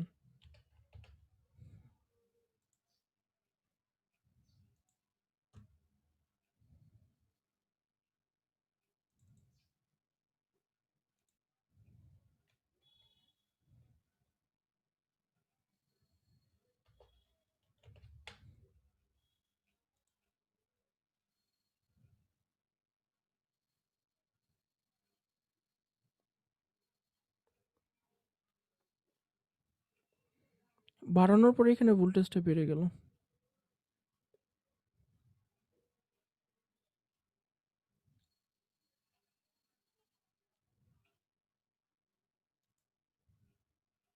আপনি যেটা কমাইতে বলছিলেন, কেন কমাইতে বলছিলেন? এটা কমাইলে তো হয়তো বা স্যার এই বেস কারেন্টটা একটু ফ্লো হইতে পারবে। এটা কমাইলে? জি স্যার। না, কিন্তু এটার উপরেই ডিপেন্ড করতেছে না বেস কারেন্ট কতটুকু হবে। জি স্যার। এখানে তাহলে যদি এটা কমাই, এখানে তো ভোল্টেজ কমে যাবে। ভোল্টেজ কমে স্যার গেলে এই তখন তো বেস কারেন্টও কমে ভোল্টেজ যাবে। ডিভাইডারে স্যার একটা সিস্টেম আছে স্যার 10 আরবি বা এরকম একটা বিটার সাথে একটা সূত্র আছে যেটার উপরে এই যে R4 এবং R5 টা নির্ভর করে পুরোটা। R4 এবং R5 নির্ভর করে। জি স্যার। আচ্ছা, আমার মনে হয় কি যে আমি দেখলাম যে এটাকে যখন 10k থেকে 50k তে নিয়ে গেলাম, তখন আমার সুন্দর এখানে ভোল্টেজটা অ্যাপিয়ার করতেছে। আমার মনে হলো যে এটা মনে হয় খুব সম্ভবত অ্যাক্টিভ মোডে ছিল না। এর আগে হয়তো বা ওই মোডে ছিল, কাট অফ মোডে ছিল আর কি। জি স্যার হইতে পারে। সরি, স্যাচুরেশন মোডে ছিল, কারণ আমি এখানে 0.43 সবসময় 0.43 দেখতেছিলাম। সো কোনো একটা কারণে ওই ভিসি আর ভিভির মধ্যে ডিফারেন্সটা অ্যাপ্রোপ্রিয়েট ছিল না অ্যাক্টিভ মোডে থাকার জন্য আর কি। এই যে এখনো ওই যে স্যাচুরেশনই দেখাচ্ছে, একই রেজাল্টই দেখাচ্ছে। ঠিক আছে। স্যার নরমালি স্যার R5 টা তো স্যার ইয়ার চেয়ে 10 গুণের মতো হয় স্যার। 10 গুণের মতো হয়। হ্যাঁ, এটাই তো দেখলাম। 50k যখন দিলাম তখন ঠিকই জিনিসটা দেখছেন সুন্দরভাবেই হইতেছে 10 গুণ হইলে।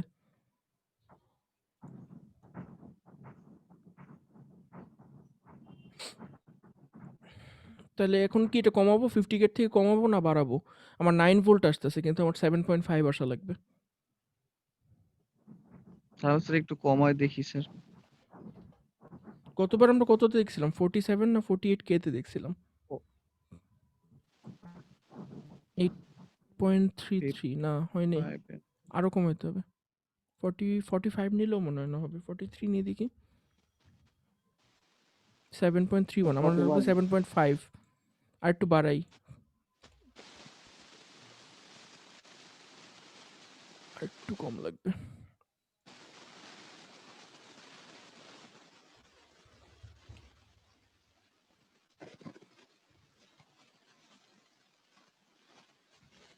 সেভেন নি, এই তো পারফেক্ট 7.5 আসছে। সো আমরা কিউ পয়েন্টে সেট করলাম, কিউ পয়েন্টে সেট করার পরে এখন আপনারা এই রিডিংগুলো নেবেন, এখানে যতগুলো রিডিং নিতে। ওফ,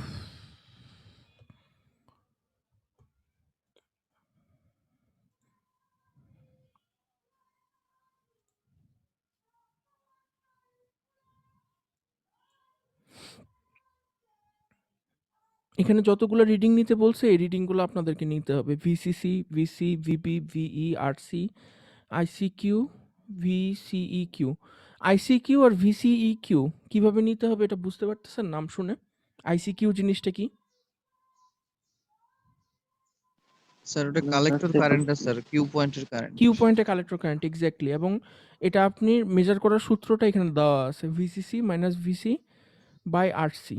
মানে কি হলো VCC minus VC by RC, মানে এই ব্রাঞ্চটা দিয়ে R2 ব্রাঞ্চটা দিয়ে আপনার যে কারেন্টটা ফ্লো করতেছে সেটা মেজার করতে হবে আমাদেরকে, R2 ব্রাঞ্চ দিয়ে যেটা ফ্লো প্যারালাল করতে। স্যার একটা ভোল্টমিটার লাগাই দিলেই তো ভোল্টমিটার লাগাই দিতে পারেন, অথবা আপনি একটা এমিটারও লাগাই দিতে পারেন, আরো সময় কমবে। একটা এমিটার লাগাই জি দিলে স্যার। এইটা দিয়ে যে কারেন্টটা ফ্লো করতেছে সেটা আমরা জেনে যাব, মানে এই কিউ পয়েন্টে। এরপরে ভিসিই কিউ মাপতে হবে। ভিসিই কিউ মানে হলে কি ভিসি মাইনাস ভিই, মানে হলে কি ভিসি মাইনাস ভিই। এটা তো সবসময় 7.5ই হবে কিউ পয়েন্টে, তাই না? এই জি জায়গায় তো স্যার। একটা ভোল্টমিটার লাগাই রাখছি, সো আমাদের আর ভিসি মাইনাস ভিই করা লাগবে না, আমরা একটা ভোল্টমিটার থেকে ভিসিই কিউর রিডিংটা নিয়ে নিতে পারবো। এরপর আমাকে ইন্ডিভিজুয়াল রিডিংগুলো নেওয়া লাগবে, ভিবি, ভিই, ভিসি আর ভিসিসি। ভিসিসি তো নিতে পারবেন, কারণ ভিসিসি 15 ভোল্ট আমরা সিলেক্ট করেই দিছি, এটা আপনারা জানেন। ভিসি, ভিবি আর ভিইটা কিভাবে নেবেন? স্যার ওই যে স্যার ভি, এটা এখানে ভিসিই পাইছি, ওইদিক ভিসি পাইছি, ভিসিটা এগুলো থেকে কিভাবে তো স্যার পাইছেন? বের ভিসি করা যায়। হলে কি এই পয়েন্টার ভোল্টেজ, জি স্যার। এই যেমন পয়েন্টের ভোল্টেজ ভিসি, কিভাবে বের করবেন? ভিসি টু ই যেটা আছে স্যার, ভিসি মাইনাস ভিই, এখানে ভিই টা বের করব, ভিবি ই, সিই টা আজ জানি, সেখান থেকে সি টা বের করব, ভিসি টা। এভাবে করতে পারেন। আরেকটা সহজ উপায় আছে, আপনি এখানে একটা নিলেন, সরি অ্যামিটার না, ভোল্টমিটার, ডিসি ভোল্টমিটার নিলেন। ডিসি ভোল্টমিটার নিয়ে এই সি পয়েন্টটা যেটা এটার মধ্যে, এই ডিসি ভোল্টমিটার এটা লাগালেন, আরেকটা প্রান্ত গ্রাউন্ড করে দিলেন। ভিসি মাইনাস জিরো মানে ভিসি, তাই না? জি স্যার। এভাবে করতে পারেন। আমার মনে হয় এইভাবে মানে ল্যাবে যদি আমরা করতাম, ল্যাবে আমরা এইভাবেই করতাম। একটা ভোল্টমিটার নিয়ে গ্রাউন্ডে একটা লাগে, একবার লাল কাঁটাটা একবার সিতে ধরতাম, একবার ইতে ধরতাম, একবার বিতে ধরতাম, তাইলেই তিনটার ভোল্টেজ আমরা পেয়ে যেতাম। সো এই জিনিসটা নেওয়ার পরে আমাদেরকে যেটা করতে হবে, আমাদেরকে একটা সিগন্যাল ইনপুট দিতে হবে। আমাকে এখন যেহেতু আমার এই জিনিসটা ক্র্যাশ করছে, সো আমাকে ভ্যালুগুলো আবার চেঞ্জ করতে হবে, চেঞ্জ করে অ্যাম্প্লিফিকেশনটা দেখাইতে হবে। সো আমরা এটা কততে পাইছিলাম? 44.7 কিলো, 43.7। 43.7। আচ্ছা, বিরক্তিকর। 1K এখানে আমরা পাইছিলাম হলে গিয়ে 100, এটা ছিল হলে গিয়ে 1 মিলি। আপনাদের কি ক্র্যাশের সমস্যাটা এখনো হচ্ছে? জি স্যার। জি স্যার। খুবই বিরক্তিকর একটা সমস্যা। এটা ক্র্যাকটা ভার্সনটা মনে হয় ভালো না স্যার, এটা আমারও তাই মনে হয়, কিন্তু ভালো ভার্সন খুঁজে পাওয়ার সময় কোথায় বলেন? খুঁজে পাওয়ার কোনো সময় নেই।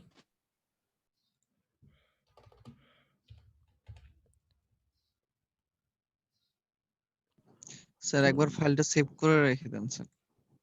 হ্যাঁ, ওই একবার সেভ করছিলাম, ওইটা রয়ে গেছে, পরেরটা আর থাকে না। আমি একবার সেভ করে রাখতেছি, একবার সেভ করে রাখি। 1K 10 microfarad, 10K 1 millifarad, 100, 5K 43.7K, 10U। V sign আমাদেরকে বলছিল 2 কিলো হার্টজে রাখতে, সো এটার অ্যাম্পলিটিউড রাখি হলে গিয়ে কত,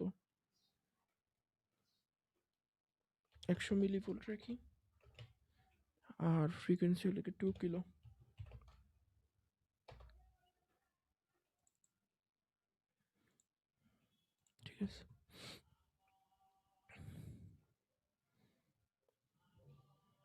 সো আমাদের ভোল্ট আমরা কি অসিলোস্কোপে দেখব না ভোল্টমিটারে দেখব? এসি যেহেতু আমাদের মনে হয় অসিলোস্কোপে দেখলেই বেশি ভালো হবে। ভোল্টমিটার বসালে শুধু পিক টু পিক ভোল্টেজ দেখতে পারবো।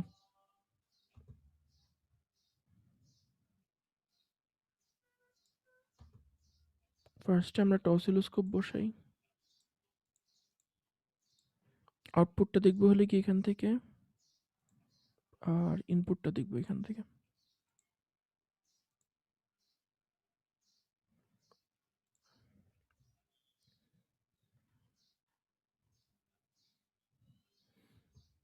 এখন দেখি, চলেন রান করি। হোপফুলি সব ঠিক থাকবে।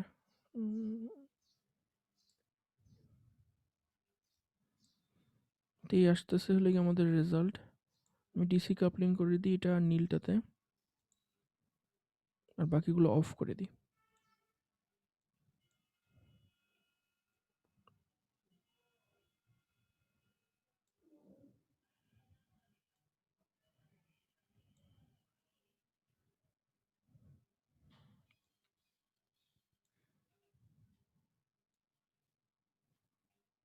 এন্টি ফেজ হয়ে গেছে।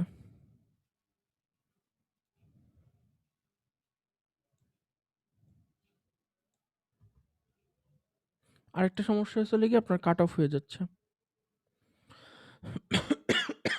এই জিনিসটা দেখে আপনার কি মনে হইতেছে যে আমাদের কিউ পয়েন্টটা ঠিক জায়গায় সেট করছি আমরা? আপনাদের কি মনে হয় দেখে? স্যার একবারে মাঝামাঝি তো দেখা যাচ্ছে না, একটু উপরের দিকে বেশি। আমার মনে হয় উপরের দিকে ক্লিপ হয়ে গেছে, তাই না? নিচের জি দিকে জি। যেখানে অনেক দূর পর্যন্ত দেখাচ্ছে, কিন্তু উপরে একটা ক্লিপড দেখা যেতেছে। আমরা একটা কাজ করি, সবচেয়ে ভালো হবে যেটা, আমরা এটার ইটাকে একটু কমাই দিই, ভোল্টেজের লেভেলটাকে আরেকটু কমাই দিই, 10 মিলিভোল্ট করে দিই, 10 টাইমস কমাই দিই। তাহলে ক্লিপ হবে না, কিন্তু তখন আমরা ক্লিয়ারলি দেখতে পারবো যে কোথায় সমস্যা হচ্ছে। এটাকে মনে করেন এখন দুইটা মোটামুটি কি 0.5 এ রাখছি। সো আমি মোটামুটি মাঝামাঝি একটা জায়গায় নিয়ে যাই এটাকে, এই জায়গায় নিয়ে যাই। গ্রাউন্ডটা কোথায়? গ্রাউন্ডটা ক্যালিব্রেট করে নিই।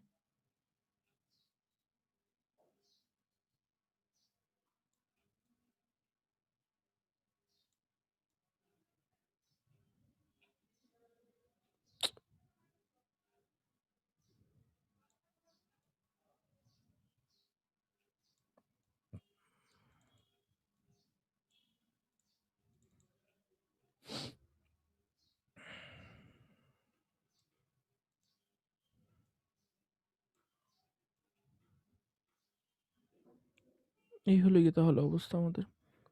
এখন তাহলে 0 থেকে এখানে 1, 2, 3, 3.5, 1, 2, 3, 4। তার মানে এই জিনিসটা আপনার দেখা যেতেছে, আমরা যখন এটাকে ডিসি মোডে নিচ্ছি, তার মানে এটার মধ্যে একটা নেগেটিভ অফসেট আছে এই পুরা জিনিসটার মধ্যে, তাই না? জি পুরো স্যার। সিগন্যালটার মধ্যে একটা নেগেটিভ অফসেট আছে। নেগেটিভ অফসেটটার জন্য আমাদের এখানে একটা ক্যাপাসিটর ইউজ করা হয়েছে, কিন্তু এই ক্যাপাসিটরটা আদতে কোনো কাজে আসতেছে না। কারণ এই ক্যাপাসিটরের মধ্যে দিয়ে আমরা যখন একটা ভোল্টেজ নিব, ক্যাপাসিটরের কাজ হলে কি সব ডিসি কে ব্লক করে দেওয়া, তাই না? ইউজ করতেছে, ও ব্যবহার তো করতেছে। ক্লিয়ারলি ব্লক করতে পারতেছে না। কাজ করি, আমরা ক্যাপাসিটরের মানটা একটু কমাই দিই, 1 মাইক্রোফ্যারাড ইউজ করি।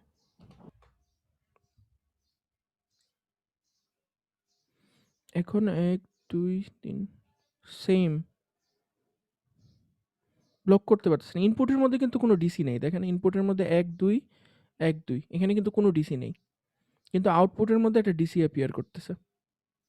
2, 3, 3.5, 2, 3, 4, না, আধা ঘর মানে হলে কি আপনার 0.25, 250 মিলিভোল্টের মতো একটা ডিসি অফসেট আছে। কিন্তু আমি যদি এই জিনিসটাকে এখন এসি মোডে নিয়ে যাই, তাহলে কি আমার অফসেট চলে যাবে?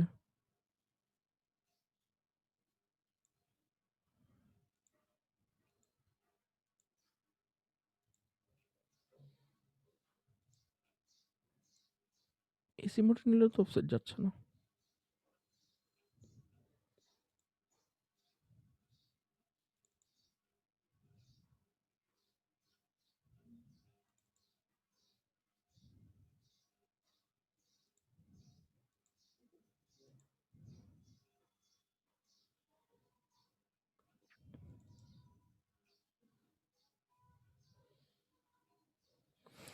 একটা জিনিস দেখছেন এসি মোডে নিলেও কিন্তু আপনার সিগন্যালটার অফসেট যাচ্ছে না। আমি যখন এসি মোডে নিছি, এসি মোডে নিলে আমরা কি এক্সপেক্ট করি? এসি মোডে নিলে আমরা এক্সপেক্ট করি যদি কোনো ডিসি অফসেট থাকে, ওই জিনিসটা ডিসি অফসেটটাকে আর দেখাবে না। আমার ক্যাপাসিটর কিন্তু তার মানে ঠিকই কাজ করতেছে। আমার সিগন্যালটাই আসতেছে এরকম। সিগন্যালটাই আমার এই পুরা ট্রানজিস্টরের মধ্যে দিয়ে যে সিগন্যালটা আসতেছে এটা পুরোপুরি উপরের হাফ আর নিচের হাফ সমানভাবে রিপ্রেজেন্টেড হচ্ছে না। আমি একটা কাজ করি। আমি এখানে একটা ভোল্টমিটার বসাই দেখি তো আমার কিউ পয়েন্টটা কোথায় আছে। আমি একটা ডিসি ভোল্টমিটার এখানে বসায় রাখি।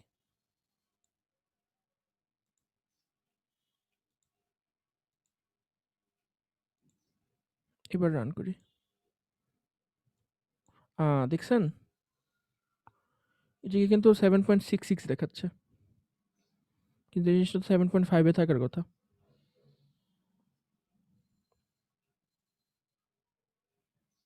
কি করতে হবে এখন বলেন তো কি করব? স্যার এই R5 এর মান একটু চেঞ্জ করে দেন। চলেন দেখি R5 এর মান চেঞ্জ করলে লাভ হয় নাকি হোপফুলি। কি করব বাড়াবো না কমাবো? সামান্য কমাতে হবে স্যার। কমাইতে হবে। কত নেব? 42 করি, 42.7 করি। দিয়ে রান করি দেখি কি হয়।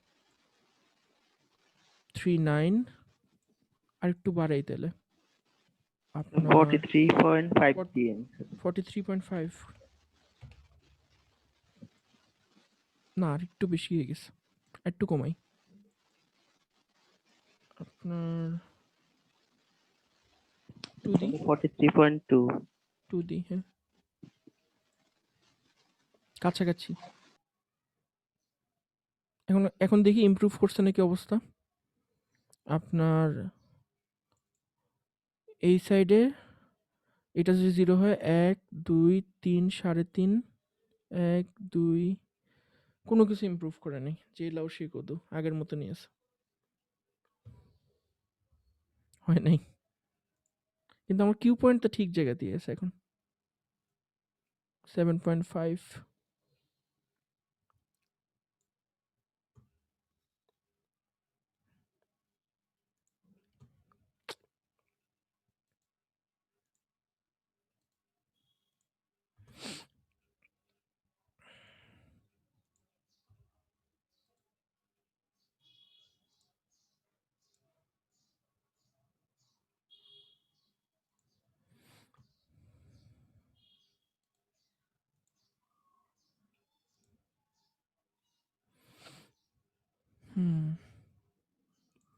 জানি না এটা কেন হইতেছে। আপনারা কেউ যদি ল্যাব রিপোর্টে দেখাইতে পারেন এটা কেন হইতেছে, তাহলে হয়তো আমি জানতে পারবো কেন হইতেছে। আমার এই মুহূর্তে আমার কোনো আইডিয়া নেই কেন হচ্ছে, শিফট কেন হচ্ছে এখানে। আরেকটা জিনিস খেয়াল করলেন যে আমরা যখন লোড বসানোর আগে কিউ পয়েন্টটা যখন সেট করলাম আর যখন লোড বসাইলাম, মানে যে এক্সট্রা একটা 10K এবং একটা ক্যাপাসিটর অ্যাড করলাম আমরা কালেক্টরের সঙ্গে, তখন কিন্তু আমার কিউ পয়েন্টটা ড্রিফট করলো, দেখছেন? মানে এখন যদি আমি 7.5 এ কিন্তু সেট করা আছে আমার, কিন্তু আমি যদি এখন লোডটাকে খুলে দিয়ে যদি করি তাহলে এখানে দেখা যাচ্ছে 7.36। এখন কিন্তু আর এটা 7.5 এ নাই, কারণ ওই আমার আরসিটার মানে ইফেক্টিভ আরসিটা চেঞ্জ হচ্ছে, যেহেতু এখান থেকে একটা বাইপাস রুট তৈরি হইতেছে। সো আপনার ইফেক্টিভ আরসির ভ্যালুটা কমে যাচ্ছে, সো আপনার কিউ পয়েন্টটাও চেঞ্জ হয়ে যাইতেছে। সো চলেন দেখি আমাদের ল্যাব রিপোর্টে কি বলে এই ব্যাপারে। ল্যাব রিপোর্টে আমাদেরকে যে জিনিসটা করতে হবে সেটা হলে কি আমাদেরকে এই ইনপুট যে সিগন্যালটা ভি সাইন যে সিগন্যালটা, সেই ভি সাইন সিগন্যালটাকে আমাদেরকে ভ্যারি করে একবার আমার টোটাল জিনিসটাকে নিয়ে যেতে হবে স্যাচুরেশনে, আরেকবার নিয়ে যেতে হবে লিখে কাট অফে। বুঝতে পারছেন? মানে একবার আমরা স্যাচুরেশন মোডে জিনিসটাকে রান করব, আরেকবার এটাকে কাট অফে রান করবো। যেখানে দেখেন বলছে set the signal generator at 2 kilohertz, connect an oscilloscope to observe the input signal V in and the output signal V out after the second stage, and increase the input signal amplitude Vs until clipping is observed. Then reduce the input until maximum output voltage then contains no sign of clipping found. Next record the input voltage at which the effects of saturation and cutoff are first seen on the output. তো এখানে আপনারা এই saturation পয়েন্টের ভোল্টেজটা এবং cut off পয়েন্টের ভোল্টেজটা এখানে পয়েন্ট করবেন। পয়েন্ট করার পরে আপনারা এখানে গ্রাফটা দিবেন। গ্রাফটা দেওয়ার পরে গেইন হিসাব করবেন। এই ইনপুট এবং আউটপুটের মধ্যে এই অ্যাক্টিভ ফরওয়ার্ড মোডে গেইনটাই ক্যালকুলেট করে দেখাবেন। কত গেইন হচ্ছে আমাদের টোটাল। ডিস্টরশন দেখা লাগবে না। আর অবজারভেশন শিটে আপনারা ফ্রিকোয়েন্সি রেসপন্স দেখবেন। কারণ যেকোনো অ্যাম্প্লিফায়ারই আপনার সব ফ্রিকোয়েন্সিতে সমান গেইন দেয় না। কোনো অ্যাম্প্লিফায়ারই আপনার সব ফ্রিকোয়েন্সিতে সমান গেইন দেয় না। এটার কারণ কি কেউ জানেন? কেন অ্যাম্প্লিফায়ারগুলো সব ফ্রিকোয়েন্সিতে সমান গেইন দেয় না?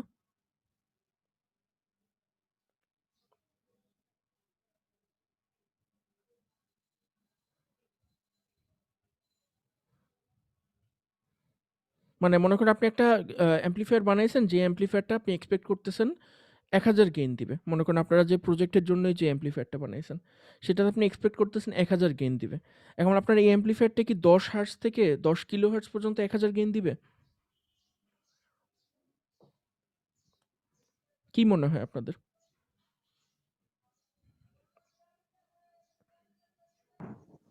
স্যার গেইন যদি 1000 এর জন্য ডিজাইন করি তাহলে তো স্যার ওর গেইনটা 1000ই আসার কথা স্যার। 10 আসার কথা না, কিন্তু মজার ব্যাপার হলো গিয়ে আসবে না। আপনারা যখন এই টেস্টটা করবেন, আমি জানি না প্রোটিয়াসে যে মডেলটা করছে এই মডেলটা কতটুকু অ্যাকুরেট। কিন্তু আপনারা যখন করবেন আপনারা দেখবেন যে যত লো ফ্রিকোয়েন্সির দিকে আপনি যাবেন গেইন কমে যাবে, এবং যত হাই ফ্রিকোয়েন্সির দিকে যাবেন আপনার গেইন কমে যাবে।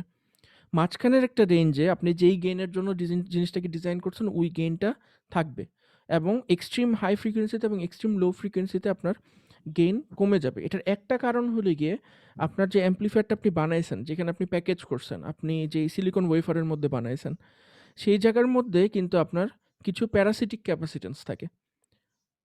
যেকোনো সিলিকন ওয়েফারের মধ্যে আপনি যখন কোনো চিপ ফেব্রিকেট করবেন ওখানে কিছু প্যারাসিটিক ক্যাপাসিটেন্স থাকে। তারপর আবার মনে করেন এই অ্যাম্প্লিফায়ারটা আপনি ব্রেডবোর্ডের মধ্যে বসাচ্ছেন।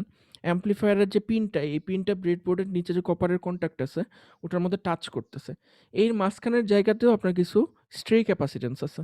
মানে যেই ক্যাপাসিটেন্সটা আপনি মনে করতেছেন নাই, কিন্তু বাতাসের হয়তো কোনো একটা গ্যাপ আছে। ২টা মেটাল যেখানে টাচ করতেছে ওখানে বাতাসের কিছুটা গ্যাপ আছে। পুরোপুরি 100% কন্ট্যাক্টে নাই ওরা। তো যেখানে বাতাস আছে ওই জায়গার মধ্যে আপনার একটা স্ট্রে ক্যাপাসিটেন্স তৈরি হবে।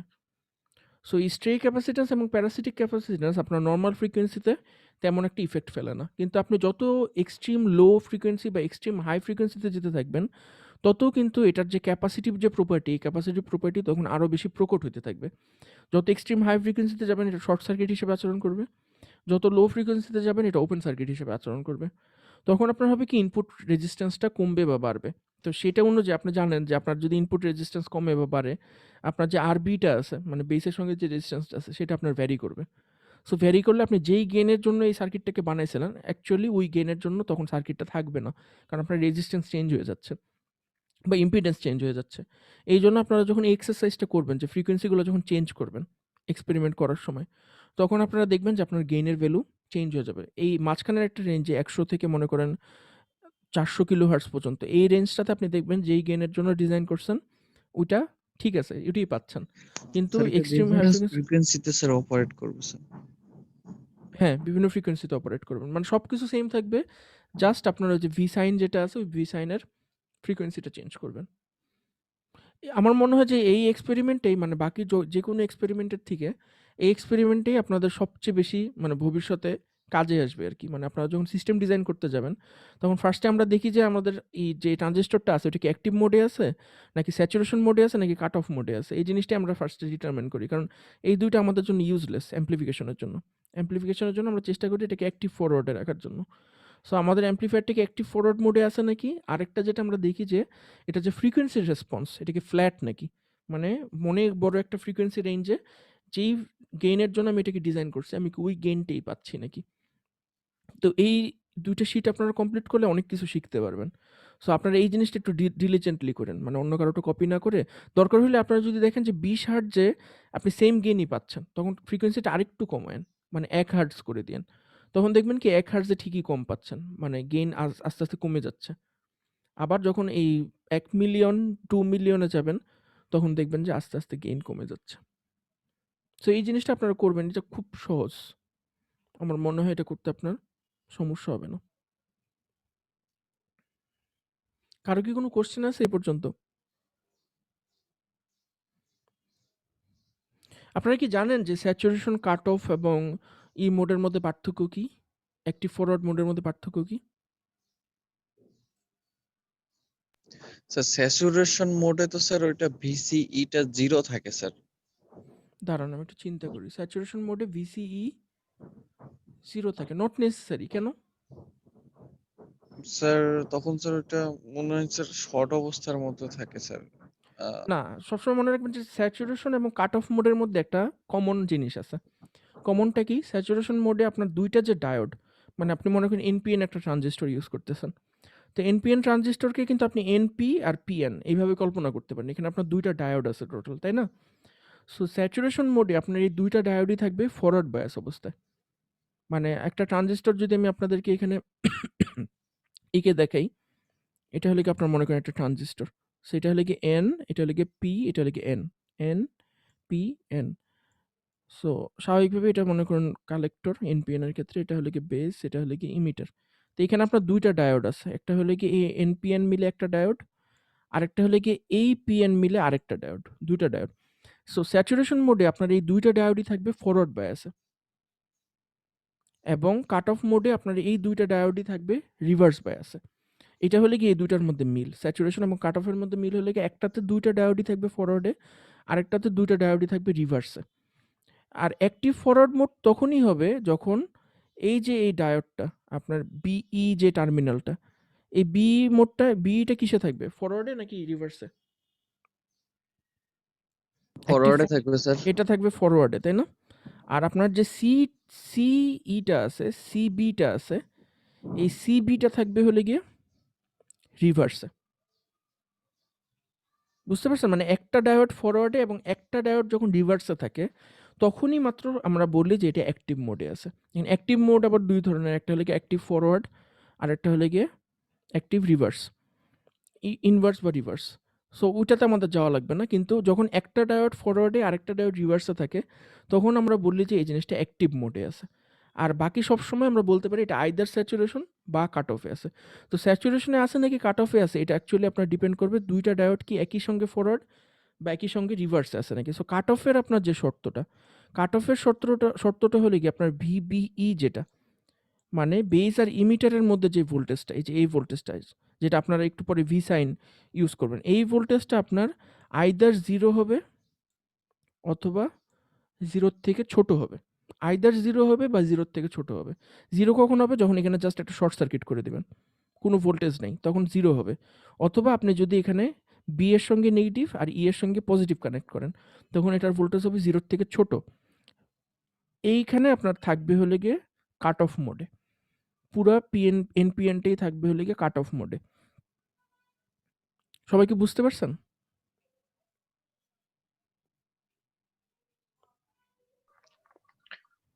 জি জি স্যার, স্যার। মোটামুটি। আর অ্যাক্টিভ ফরওয়ার্ডের শর্তটা কি? অ্যাক্টিভ ফরওয়ার্ডের শর্তটা হলো কি আপনার VCB, এই যে VCBটা আপনার গ্রেটার দেন 0 হবে। মানে C আর B এর মধ্যে ভোল্টেজের ডিফারেন্স VC মাইনাস VB আপনার হইতে হবে গ্রেটার দেন 0। তখন আমরা এটাকে বলবো এটা অ্যাক্টিভ মোডে আছে। সো আপনারা এই জিনিসটার খেয়াল করলে আপনারা বুঝতে পারবেন যে কোন ভোল্টেজে আপনার এই জিনিসটা স্যাচুরেশনে যাবে আর কোন ভোল্টেজে এই জিনিসটা কাট অফ বা অ্যাক্টিভ মোডে থাকবে। সো ওইটা করে আপনারা ওই জাস্ট ওই ভোল্টেজটা এখানে লিখে রাখবেন যে কত ভোল্টেজে এই জিনিসটা হইছে। মানে আপনার সাইনোসয়েডাল ভোল্টেজ সোর্সের কত ভোল্টেজের জন্য এই ঘটনাটা ঘটছে। ঠিক আছে? আর এরপরে যত করবেন, ডেটা নিবেন, সব ডেটা নিবেন হলে কি অ্যাক্টিভ মোডের জন্য। স্যাচুরেশন কাট অফটা জাস্ট রেকর্ড করেই শেষ। এরপরে যত ডাটা নিবেন, এই টেবিলটা ফিল আপ করবেন, সব কিন্তু অ্যাক্টিভ মোডের জন্য, অন্য কোনো মোডের জন্য না। ঠিক আছে? তাহলে এটা আপনারা করেন। করার পরে আমরা নেক্সট উইকে দেখি, ল্যাব রিপোর্টটা দেখি, তারপরে আরও ডিসকাস করব। আর আপনাদের নেক্সট উইকে একটা এক্সট্রা ক্লাস আছে। আপনাদের সঙ্গে আমরা ডিসকাস করে একটা ডেট ফিক্স করছিলাম, সেটা ছিল রবিবার, তাই না? জি স্যার। সামনের রবিবার, মানে সেটা হলো কি আমাদের 20 তারিখ। 20 তারিখ প্রবাবলি স্যার। 20 তারিখ আমরা হলে গিয়ে করব। আপনাদের ওই প্রেজেন্টেশন দিব প্রেজেন্টেশনটা স্যার। নেব, নিব এবং করব। প্রজেক্টটা দেখব সবার আর কি। সো ওই দিনই আপনাদের ডিসাইড হয়ে যাবে যে 25 মার্কসের মধ্যে আপনারা কত মার্কস পাচ্ছেন আউট অফ 25। সো এটা অনেক বড় একটা দিন, 20 তারিখ। সো আপনারা খুব ভালো করে প্রিপারেশন নিয়ে রেখেন। ওই দিনই আমি 25 মার্কসের নাম্বার দিয়ে দিব আপনাদেরকে। এরপরে বাকি থাকবে শুধু ল্যাব ফাইনাল। ঠিক আছে, বেস্ট অফ লাক। আর কোনো প্রবলেম হলে আমাকে ফোন দিয়েন, ঠিক আছে? জি স্যার। ঠিক আছে, আজকের ক্লাস তাহলে এখানে শেষ করে দিই। ভালো থাকেন আপনারা। জি স্যার, আপনিও থাকবেন স্যার।